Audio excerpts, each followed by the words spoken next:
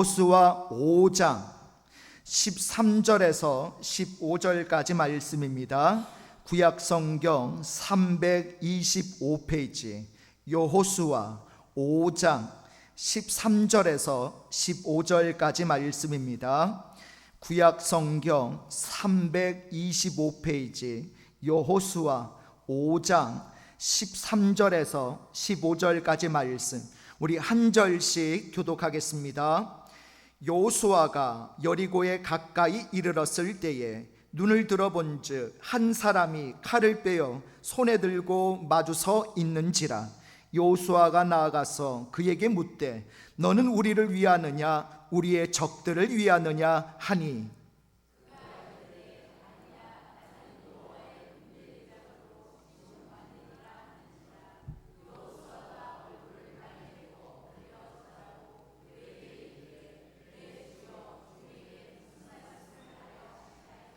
우리 15절 같이 했습니다. 여호와의 군대 대장이 여호수아에게 이르되 내 발에서 신을 벗으라.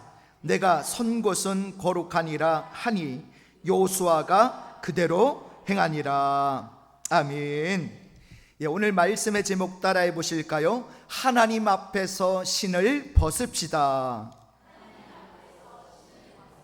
하나님 앞에서 신을 벗으십시다. 우리가 인생을 살면서 어떻게 사는 것이 행복한 삶일까 늘 고민하며 삽니다. 남미에 가면요, 원숭이를 잡는 인디안 부족이 있답니다. 이들은 원숭이를 잡기 위해서 어떻게 하느냐, 원숭이가 잘 다니는 길에다가 이 목이 좁고 긴 이 항아리를 놓고 그 항아리 안에 바나나를 넣어둔다고 해요. 자, 그러면 원숭이들이 이제 바나나 냄새를 맡고 다가와서 이리저리 살펴보다가 손을 쏙 하고 항아리에 집어넣습니다. 자, 그런데 원숭이가 바나나를 잡고 손을 꺼내려고 하면 손이 나와요, 안 나와요? 안 나왔죠. 항아리에 목이 좁기 때문에 그냥 맨손은 들어갔다 나올 수 있는데 바나나를 잡고 있으면 나올 수가 없는 거죠. 그러면 바나나를 놓아야 되는데 원숭이는 절대로 이 잡은 바나나를 놓지 않는답니다.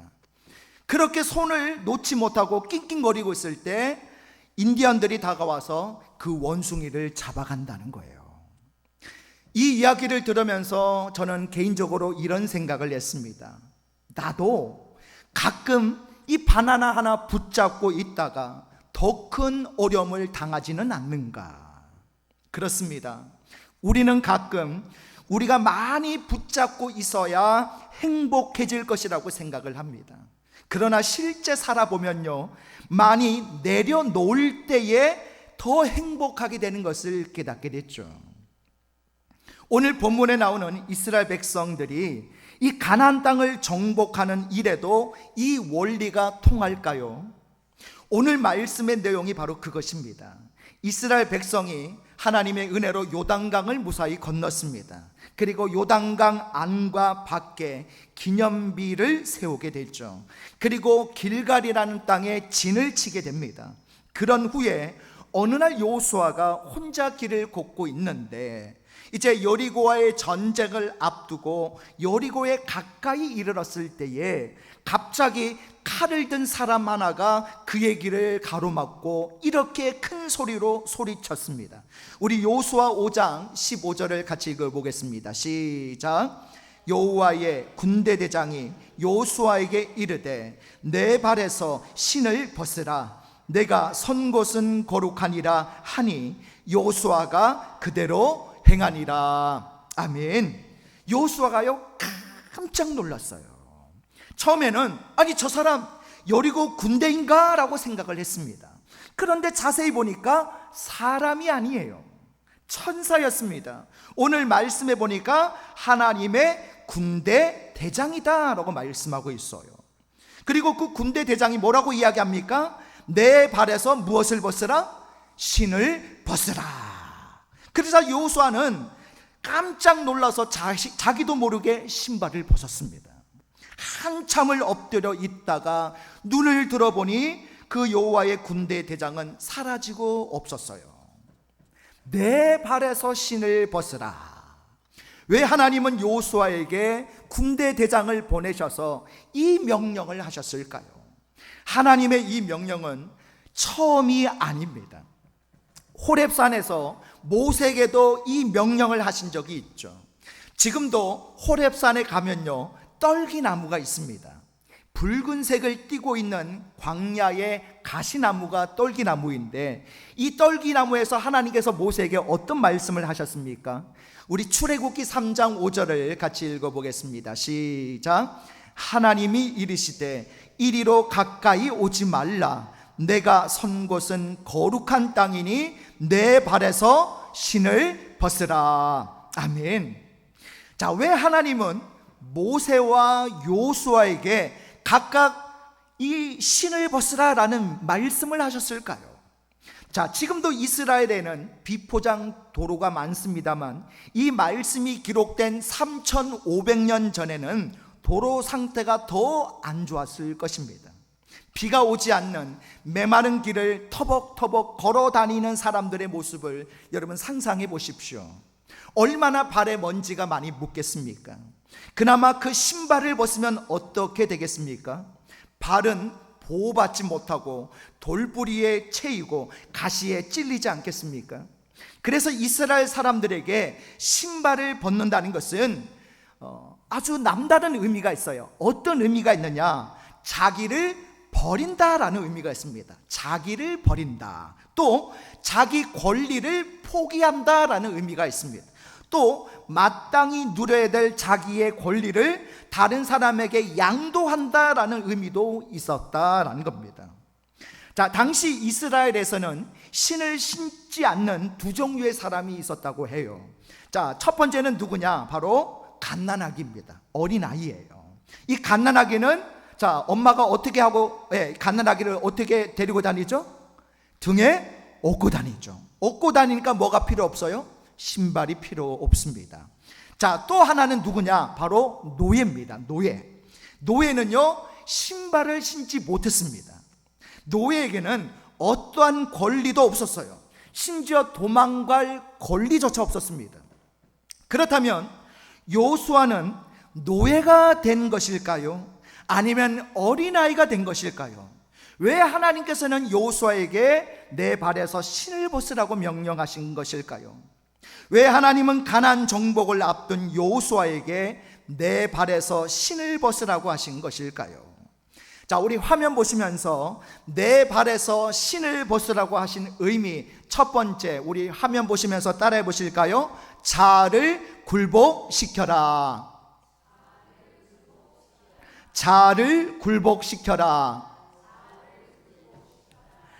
하나님이 모세나 여호수아에게 신을 벗으라고 할 때 공통된 점이 하나 있습니다. 그것은 바로 전쟁을 앞두고 있는 때였다는 거예요. 자, 모세에게 이 말씀을 하실 때 모세는 이제 애굽의 바로왕 앞에 나가기 전이었습니다. 바로와 싸우기 전에 신을 벗으라는 거예요. 여호수아에게 이 말씀을 하실 때는 여리고와 싸우기 전입니다. 이제 모든 준비를 마치고 양강 나팔만 불면 여리고로 진격할 때입니다. 그때 내 발에서 신을 벗으라라고 했다면 이것은 무슨 뜻입니까? 포기하라는 뜻이에요. 전쟁을 포기하라는 것이 아니라 작전권, 지휘권, 명령권을 포기하라는 것입니다. 여러분, 이스라엘 총사령관은 여호수아가 아니라 누구라는 거예요? 하나님이시다라는 것입니다. 이제부터는 하나님이 내가 직접 지휘하시겠다는 거죠. 이것이 여리고 전쟁이 일어나기 전에 있었어요. 모든 전쟁에 앞서서 하나님이 원하시는 것은 누가 이 전쟁의 주인이냐, 누가 이 전쟁에서 싸울 것이냐, 전쟁을 지휘하는 최고 사령관이 누구냐 하는 것을 여호수아와 백성들이 알기를 원하셨던 것입니다. 그렇습니다. 하나님께 쓰임받은 사람들의 특징이 두 가지가 있는데요, 하나는 모두 부족한 사람들이다라는 것이고요, 또 한 가지는 하나님께 굴복한 사람들이라는 거예요. 그래서 두 가지가 중요합니다. 첫째는 하나님은 우리의 단점을 보지 않으신다. 그리고 둘째로 하나님이 그렇다면 보시는 것은 우리가 하나님 앞에 굴복하느냐 그렇지 않느냐 이걸 보신다는 거예요. 그래서 하나님께 쓰임받기 위해서 우리 자아를 죽여야 한다는 겁니다. 내 자아를 죽이면 권위에 복종하게 됩니다. 특히 하나님이 세우신 권위에 복종하게 됩니다. 하나님께 쓰임받은 사람들은 모두 자아를 버리고 하나님의 권위에 굴복했던 사람들이에요. 다윗은 아버지 이새에게 복종했고 심지어 평생 그를 죽이려고 쫓아다녔던 사울에게도 복종했습니다. 엘리사는 엘리야에게 복종했고 룻은 나오미에게, 에스더는 모르드게는 왕에게 복종했습니다.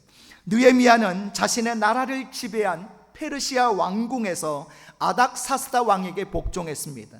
심지어 그 왕 앞에서 얼굴에 수심도 보이지 않았어요. 우리는 가끔 권위에 도전하는 사람을 훌륭하게 보는 그런 잘못된 경향이 있습니다. 권위에 반항하면서 독자적으로 행동하는 사람을 추앙하는 경향이 있습니다. 그러나 하나님이 쓰시는 사람 중에 반대파는 잘 없습니다. 겸손하고 순종 잘하는 사람을 쓰십니다. 반대를 위해 반대하는 사람들이 있습니다. 하나님은요, 이런 사람들을 절대로 쓰시지 않습니다. 이런 사람들은 어떤 경우에도 반대를 하죠. 그 뿌리는 바로 뭡니까? 교만이죠.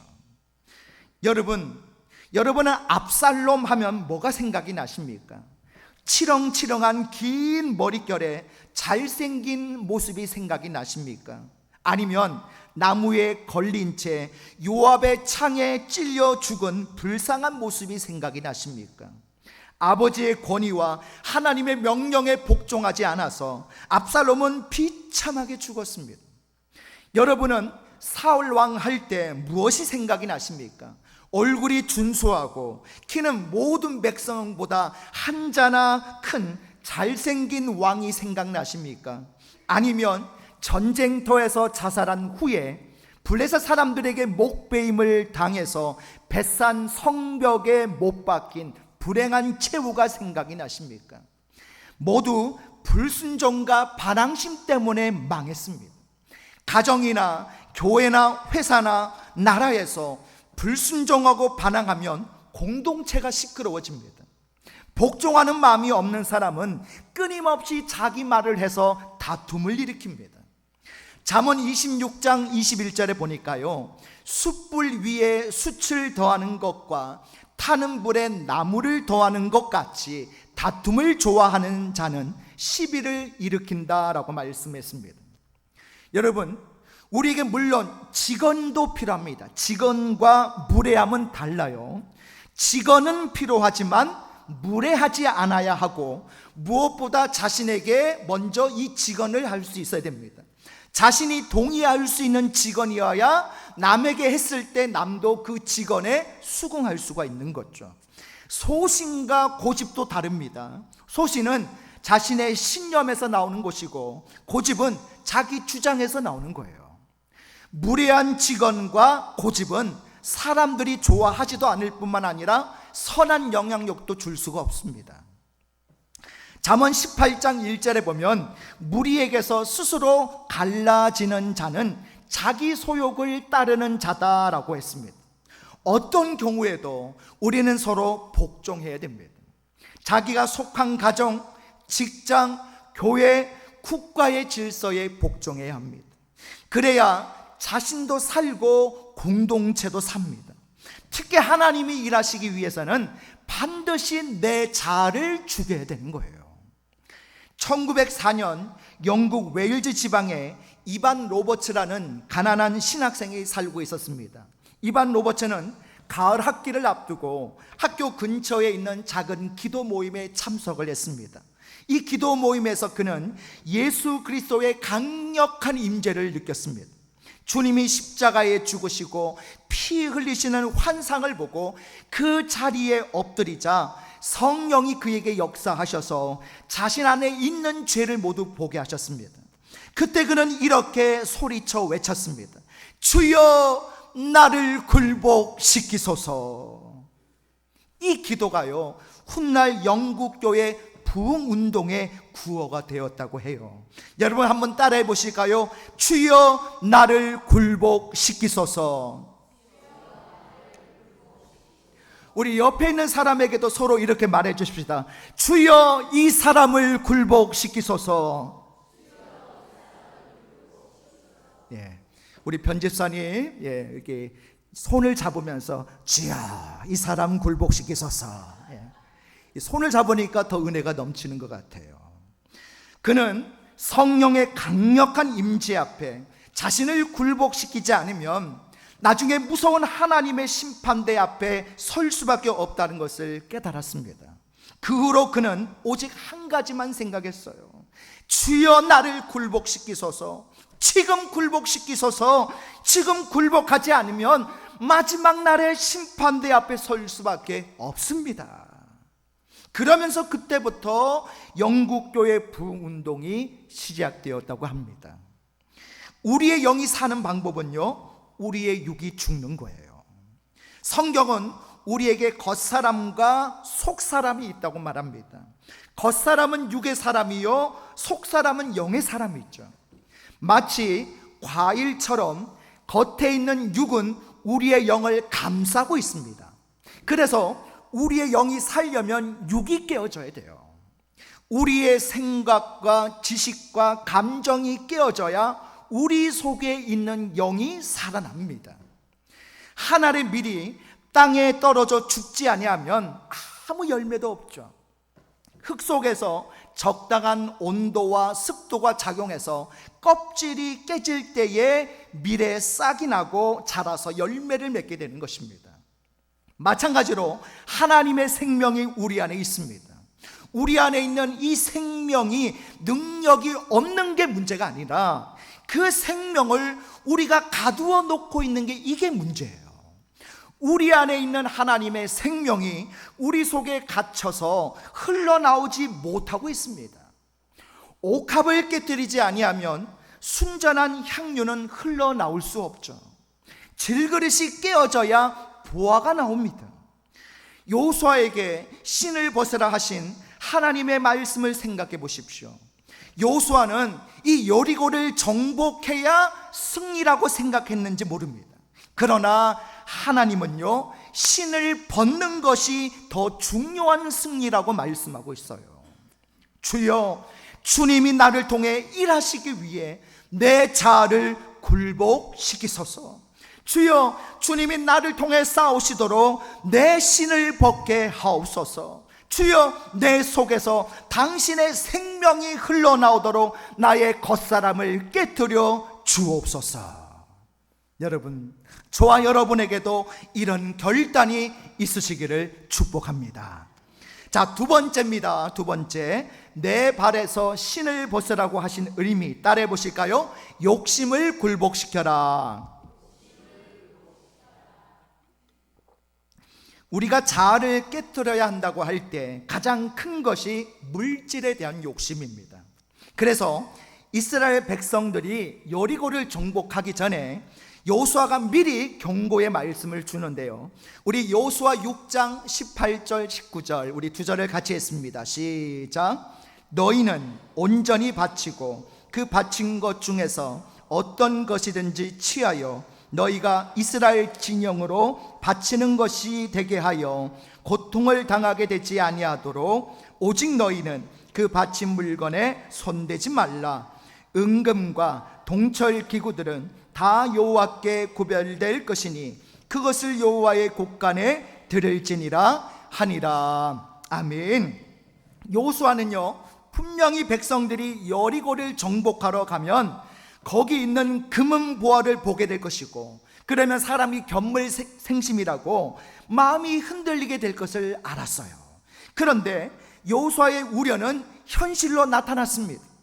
아간이라는 사람이 여리고 전투에서 물건들을 훔쳐서 숨기게 된 거죠.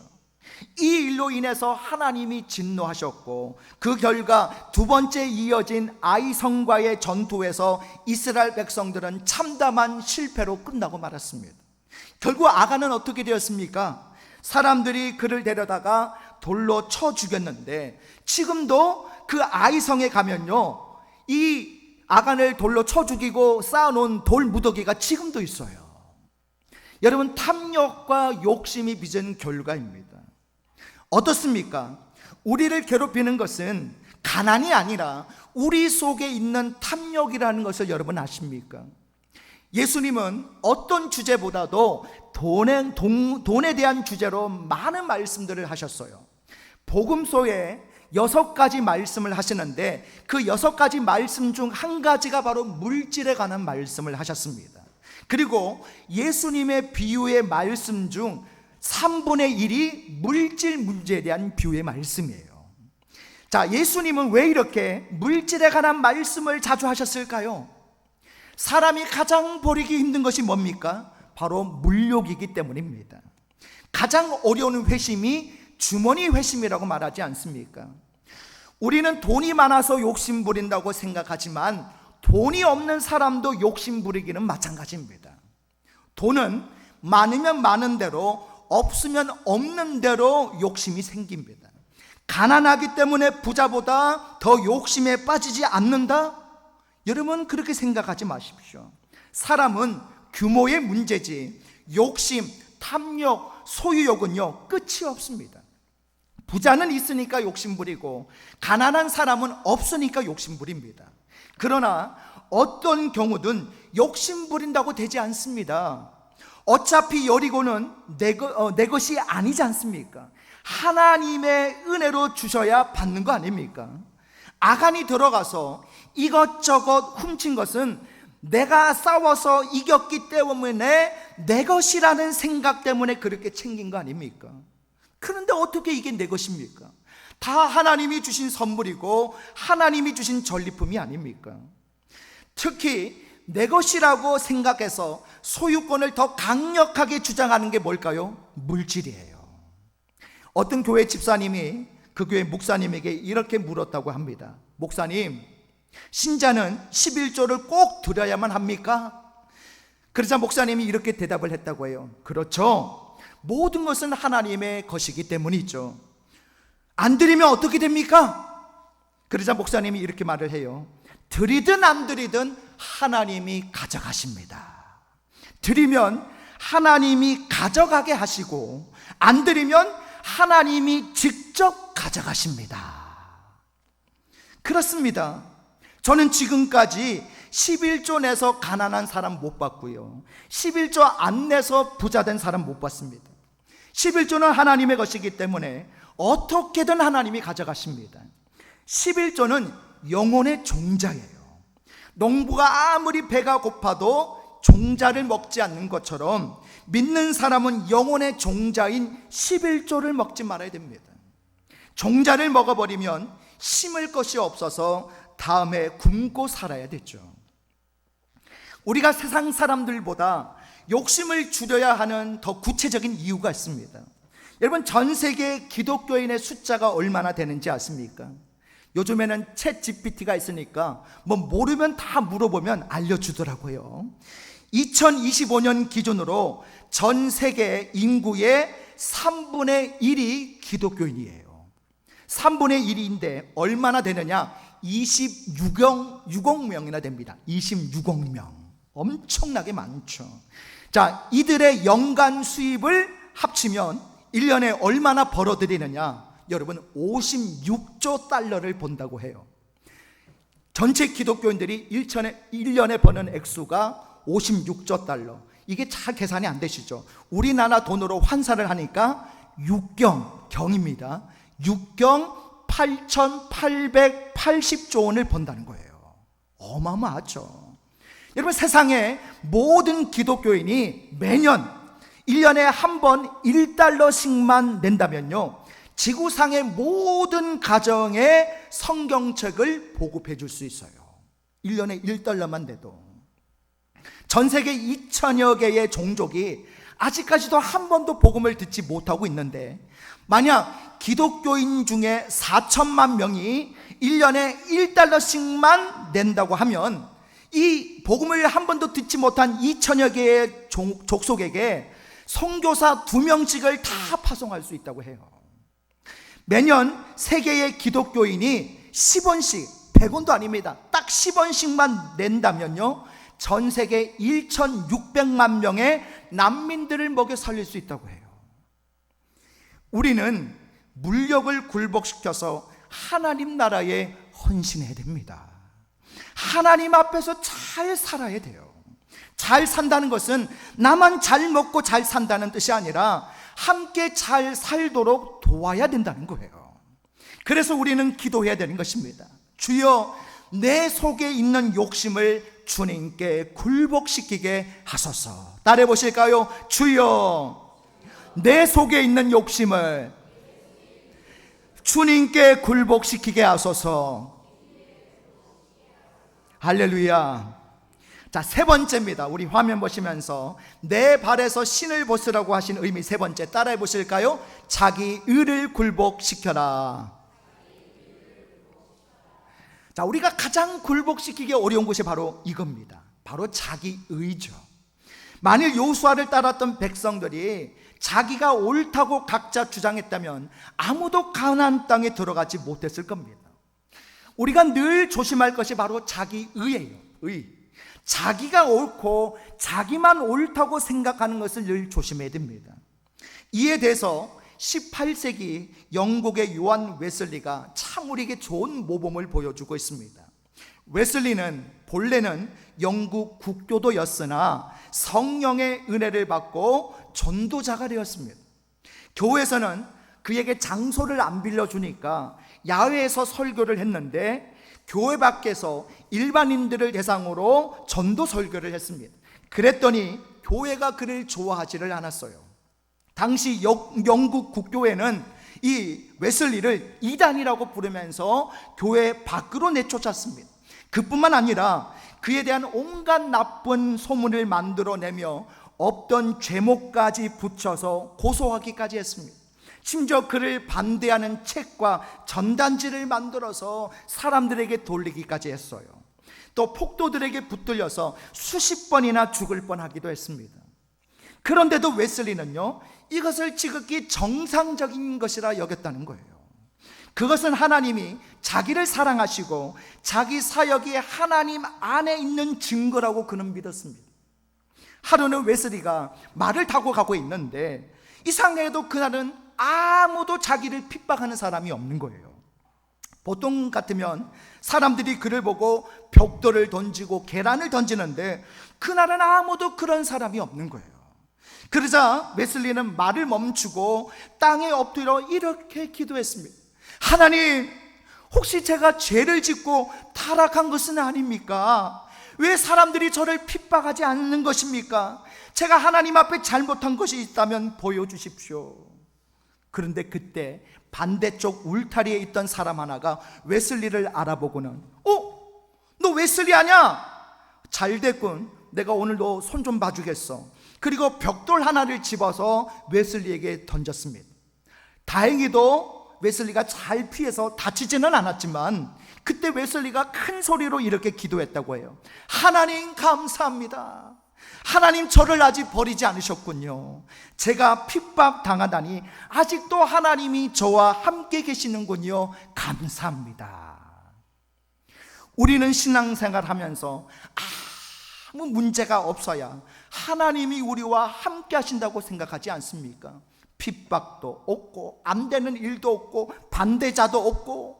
그런데 웨슬리는 그에게 아무 일도 없다는 것은 하나님이 그를 버린 것이라고 생각했다는 거예요.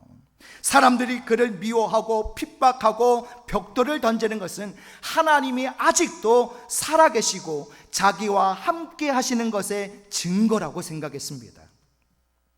목회자인 저도 종종 이것을 경험할 때가 많아요.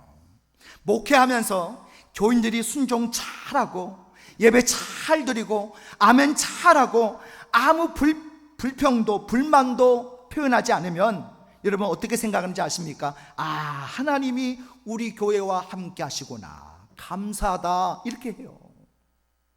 그러다가 교회 안에서 무슨 일이 일어나고 시끄럽고 말이 나오면요, 하나님 왜 이런 일이 일어납니까? 막아주세요 라고 기도를 한다는 거예요. 그러다가 어느 날 제가 기도하다가 한 가지를 깨달았습니다. 하나님이 이런 말씀을 주시더라고요. 야, 그렇게 하면 너는 평안하고 좋겠지만 그러면 너는 언제 너 자신을 성찰하겠느냐. 언젠가 제 의도와는 상관없이 어떤 일에 대해서 일부 성도들로부터 오해를 받는 일이 있었습니다. 처음에 그 오해로 인해서 굉장히 자존심이 상하고 마음이 너무너무 아픈 거예요. 진실을 아는 사람들이 사실이 아니니 목사님 우리 같이 대응합시다 라고 그렇게 말을 하더라고요. 그런데 새벽에 그 문제를 놓고 기도를 하는데 하나님이 이런 깨달음을 주시는 거예요. 아, 하나님은 나를 살리시고 계시는구나. 하나님이 지금 내 의를 깨뜨리고 계시는구나. 제가 오해받았던 일이 제가 가장 잘하고 있다고 생각하는 부분에 대해서 오해를 받은 거예요. 그래서 더욱 화가 났던 것이 사실입니다. 그런데 기도하면서 하나님께서 이런 깨달음을 주신 거예요. 잘하고 있는 부분을 잘하고 있다고 하면 너는 언제 너를 돌아보겠느냐. 그렇다면 너의 의는 언제 깨지겠느냐. 우리는 어떤 상황에서도 하나님 앞에 깨달을 수 있어야 됩니다. 우리가 못하고 있는 부분을 지적당하면 우리는 마땅히 하나님께 회개하고 돌이켜야 되겠죠. 그러나 잘하고 있는데도 지적을 당하면 아하, 하나님이 내 의를 깨뜨리고 계시는구나. 감사합니다. 하나님, 제 의를 깨뜨려 주세요. 저는 당신 앞에 죄인입니다. 우리가 이렇게 나가야 되는 거죠. 목회자로서 제가 가장 약한 게 바로 이 부분이에요. 다른 사람의 비난을 못 참는 거. 나는 잘한다고 생각하는데 남들이 몰라주는 거. 일생 목회자로서의 명예로 살아왔는데 그것이 무시당할 때, 그런데 그때 아무 변명하지 않고 하나님을 바라볼 수 있다면, 그렇게 말하는 사람에 대해서 분노하고 짜증내고 욕하기보다 부족한 자신에 대해서 더 돌아볼 수 있다면 얼마나 좋겠습니까? 물론 근거 없이 남을 비난하고 괴롭히는 일은 분명히 잘못된 일이죠. 그러나 그런 일을 당할 때에도 유익이 있어요. 내 의를 깨뜨리시는 은혜, 아무 변명 없이 십자가 지신 예수님만 바라보는 은혜, 자기 자신을 하나님 앞에 굴복시키는 은혜. 여러분, 바로 이런 은혜를 우리가 받아야 할 줄 믿습니다. 여러분, 이렇게 사신 분이 누구시죠? 예수님이시죠. 예수님은 일평생 그렇게 사셨습니다. 늘 자신을 하나님 앞에 굴복시키셨습니다. 하늘의 영광을 떠나 이 땅에 내려오셨습니다. 좋은 곳에 태어날 권리를 포기하고 마구간으로 목수의 아들로 오셨습니다. 가족과 함께 있는 행복을 버리시고 가난하고 병든 사람들과 늘 함께 하셨습니다. 마지막에는 십자가에 달려 죽으시면서 변명 한마디 안 하셨어요. 일생 자기를 버리시고 하나님 앞에 굴복하고 사신 예수님, 그래서 그분은 영광 가운데 부활하셨습니다. 여러분, 우리는 하나님 앞에 진정 굴복하고 있습니까? 우리의 자아를 굴복시켜서 하나님의 뜻을 이루어가고 계십니까? 우리의 욕심을 굴복시켜서 하나님이 주인 되심을 인정하며 하나님의 거룩한 영광을 드러내고 있습니까? 우리의 의를 십자가 앞에 굴복시켜서 그리스도의 거룩한 의로 날마다 옷 입고 있습니까? 내 발에서 신을 벗으라 라고 말씀하시는 이 하나님 앞에 우리의 자아와 욕심과 자기의 의를 굴복시킬 수 있는 저와 여러분 되시기를 주님의 이름으로 축복합니다. 우리 말씀 정리합니다. 우리 화면 보시면서 내 발에서 신을 벗으라고 하신 세 가지 의미 같이 했습니다. 시작. 자아를 굴복시켜라, 욕심을 굴복시켜라, 자기 의를 굴복시켜라. 오늘 우리가 하나님 앞에 신을 벗어야 됩니다. 어떤 신을 벗어야 됩니까? 자아와 욕심과 자기 의를 굴복시키는 신을 벗어야 할 줄 믿습니다. 오늘 이 말씀대로 여러분 하나님 앞에 신을 벗을 수 있는, 저와 여러분 되시기를 주님의 이름으로 축복합니다. 우리 다 같이 일어나셔서 우리 두 가지 기도 제목 가지고 함께 기도하겠습니다. 첫 번째는 우리의 자아를 굴복시켜 하나님의 뜻을 이루게 하시고, 우리의 욕심을 굴복시켜 하나님의 주인 되심을 인정하며 하나님 나라에 헌신하게 하시고, 우리의 의를 십자가 앞에 굴복시켜 그리스도의 거룩한 의로 옷 입게 하소서. 두 번째 기도 제목은 오늘 주신 말씀을 통해 하나님 앞에서 내가 벗어야 할 신은 무엇이며 그 신을 벗기 위해 내가 무엇을 결단해야 하는지 깨닫게 하소서. 우리 다 같이 주여 한번 부르시고 합심으로 기도하겠습니다. 주여. 하나님, 오늘 내 발에서 신을 벗으라고 하신 하나님의 말씀 앞에 오늘 우리의 자아를 굴복시키게 하여 주옵소서. 그리하여 하나님의 뜻을 이루게 하여 주옵소서. 우리의 욕심을 굴복시키게 하옵소서. 그래서 하나님의 주인 되심을 인정하며 하나님 나라에 헌신하게 하여 주옵소서. 우리의 의를 십자가 앞에 굴복시켜 주옵소서. 그래서 날마다 그리스도의 거룩한 의로 옷 입혀 주옵소서. 오늘 주신 말씀을 통해서 하나님 앞에서 내가 벗어야 할 신은 무엇입니까? 그 신을 벗기 위해서 내가 무엇을 하나님 앞에 결단해야 됩니까?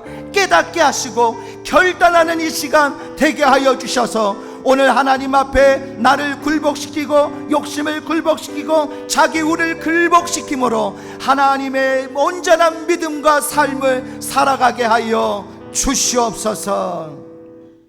사랑의 하나님, 내 발에서 신을 벗으라고 하시는 하나님, 오늘 이 명령 앞에 우리의 자아를 굴복시키게 하여 주옵소서. 우리의 욕심을 굴복시키게 하여 주옵소서.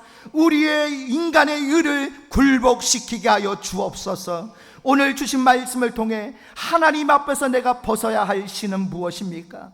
그 신을 벗기 위해 내가 무엇을 결단해야 합니까?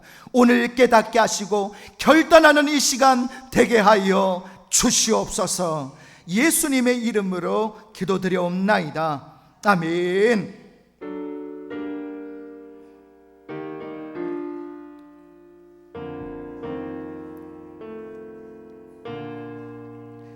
하늘에 계신 아버지, 이름 거룩하사 주님 나라 임하시고 뜻이 이루어지이다.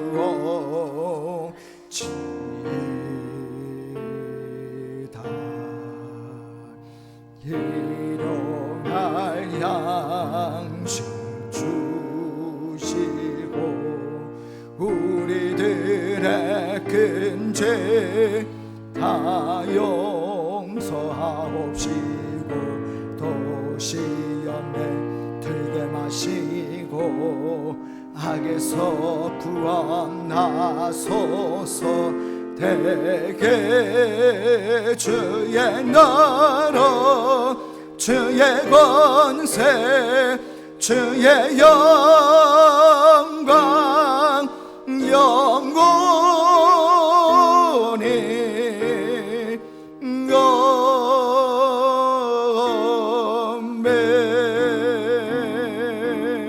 아멘.